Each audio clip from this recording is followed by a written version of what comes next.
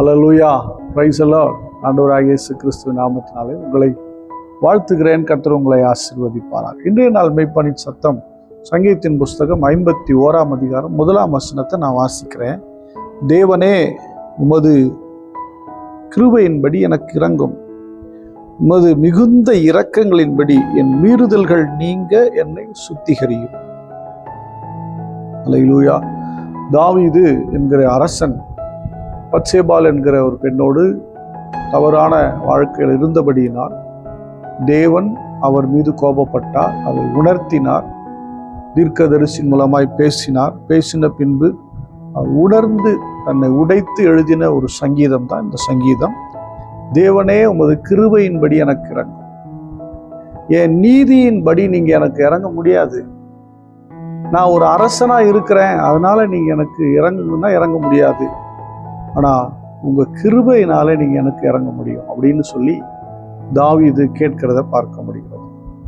Samuel இடத்துல சவுல் சொல்லுகிறார், நீர் என்னை கனம் பண்ணி என்னோடு கூட வந்து பலி செலுத்துங்க அப்படின்னு சொல்றார். வித்தியாசம் இருக்கு பாருங்களேன்.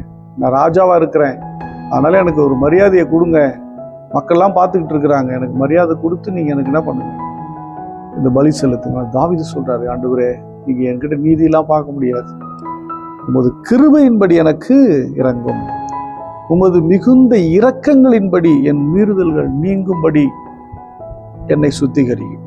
ஹல்லேலூயா. இதனால நான் சொல்றேன், உங்கள் தவறுகள், உங்கள் குற்றங்கள் எல்லாம் தேவ சமூகத்துல மனசார ஒத்துக்கங்க. ஜெப நேரத்துல போய் அமர்ந்து ஒவ்வொரு காரியத்தை யோசித்து எதெல்லாம் தப்பு சொல்லுங்க, மனப்பூர்வமா சொல்லுங்க, ஒளிச்சிடாதீங்க. ஆண்டுடைய சமூகத்தில் நம்மளால ஒழிச்சிக்கவே முடியாது. ஒளிந்து போய் அங்கே போய் நான் ஒன்றும் செய்யலை, எனக்கு தெரியாதுலாம் சொல்ல முடியாது. பாருங்களேன், தன்னை ஒழித்து கொள்ளும்படி காயின் விரும்பினான். காயினை பார்த்து கேட்குற, ஆபேல் எங்கப்பா, தெரியாது எனக்கு, நான் அவனுக்கு காவலாளியா அப்படின்னு கேட்குறான். அவனுக்கு புரியல. பாருங்களேன், நான் என்ன மறைச்சாலும் அவர் கண்டுபிடிச்சிருவாருங்கிறது தெரியல. ஆனால் தாவீது சொல்லுகிறார், நான் பாதாளத்திலே படுக்கை போட்டாலும் நீர் அங்கே இருக்கிறீர். அந்த அறிவு இருக்கு பார்த்தீங்களா?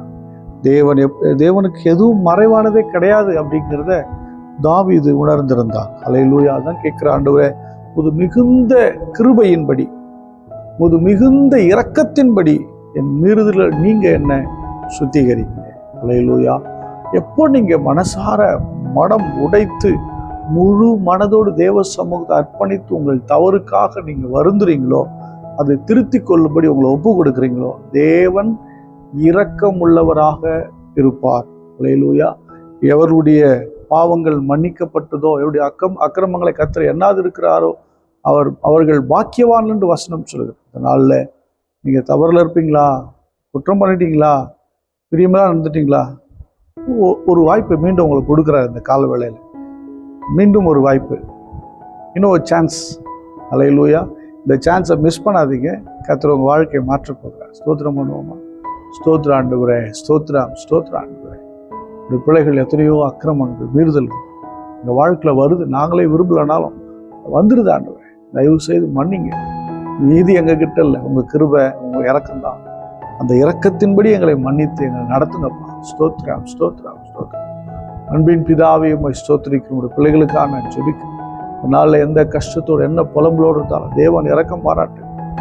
ஒரு பாவத்தில் சிக்குன்றிருந்த தயவா இரக்கம் பாராட்டி, கிருபை பாராட்டி இந்த பிள்ளைகளை மீட்டு கொண்டு வருவீராக. கைவிடாதிருங்க. ஒவ்வொருவரையும் ஆசீர்வதி. ஏசு கிறிஸ்துவின் நாமத்தினால் ஜெபிக்கிறேன், ஜீவனுள்ள நல்ல பிதாவே. ஆமென். God bless you. Bye bye.